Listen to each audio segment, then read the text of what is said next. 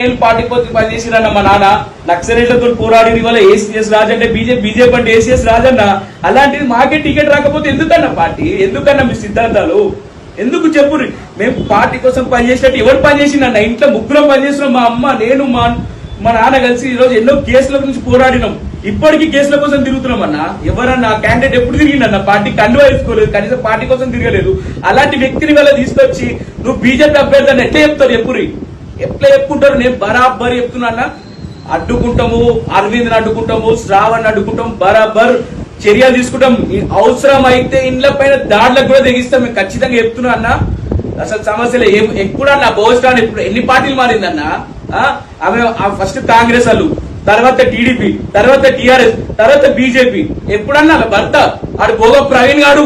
ఎప్పుడన్నా బీజేపీ బొమ్మ పెట్టుకొని బయటకు వచ్చిండ వాడు కండు వేసుకొని బయట తిరిగిండ వాడు భో ప్రవీణ్ గారు వాడెవరన్నా శాసించడానికి జగిత్యాల రాజకీయాల్లో బీజేపీ రాజకీయాలు వాడెవడు శాసించడానికి వాడెవడు భో ప్రవీణ్ అనేటువంటి ఎప్పుడైనా పార్టీ కండు వేసుకొని పార్టీ కోసం ప్రచారం చేసిండా ఆడి వేళ కూర్చోబెట్టుకొని నేనే టికెట్ ఇస్తా నువ్వే అరవింద్ గారికి నేను చెప్తున్నా అరవింద్ గారిని ఇచ్చిపెట్టే ప్రసక్తి లేదు వాని ఓటమి మా జగిత్యాల నుంచే స్టార్ట్ అవుతుంది మేము బీజేపీ కండువాలు వేసుకొని చెప్తున్నాం అన్న బీజేపీ కండువాలు వేసుకునే వానికి ఓటే వేద్దని చెప్తాం ఎవరు సస్పెండ్ చేస్తారో అసలు జాగ్రత్తనే మేము నక్సలైట్లకే భయపడలేదన్న నక్సలైట్లకు భయపడకుండా పనిచేసిన మా నాన్న వాళ్ళు ఆఫ్టర్ ఈ లంగం ఉండేవాళ్ళకి ఎవరు భయపడతారు ఆఫ్టర్ ఈ లుచ్చాగాళ్ళకి ఎవరు భయపడతారు మేము భయపడే ప్రసక్తి లేదు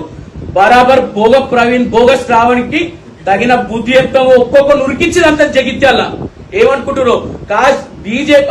అసలు బీజేపీ ఎప్పుడు రాలేదు ఇప్పుడు రంగంలోకి దిగుతాం అసలు బీజేపీ గిట్ట రంగంలోకి దిగుతే నేను చెప్తున్నా కానీ అసలు ఇచ్చిపెట్టే ప్రసక్తి లేదు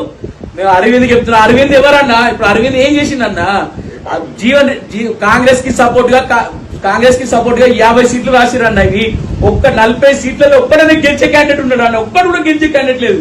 గంప గుత్తగా కాంగ్రెస్ కి సపోర్ట్ చేయడానికి అరవింద్ ప్లాన్ చేసుకున్నాడు ఏం లేదన్న అలా ఇలా మాకు అవసరం లేదని మేము ఆ సమస్య లేదు బరాబర్ కొట్లాడతాము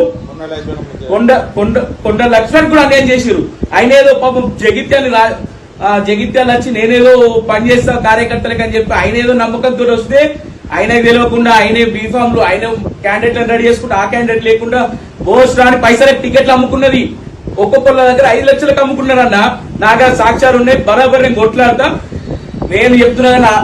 ఇన్నే కాదన్నా 40 ఏళ్ళు పనిచేసిరన్న మా నాన్న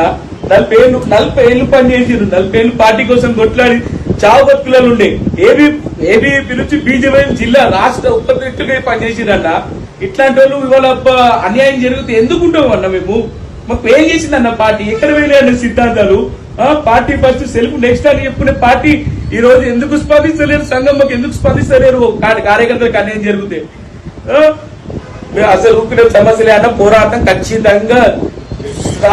నేను గెలిచి అరవింద్ అని చెప్పిన దాన్ని లేకపోతే నేను చెప్తున్నా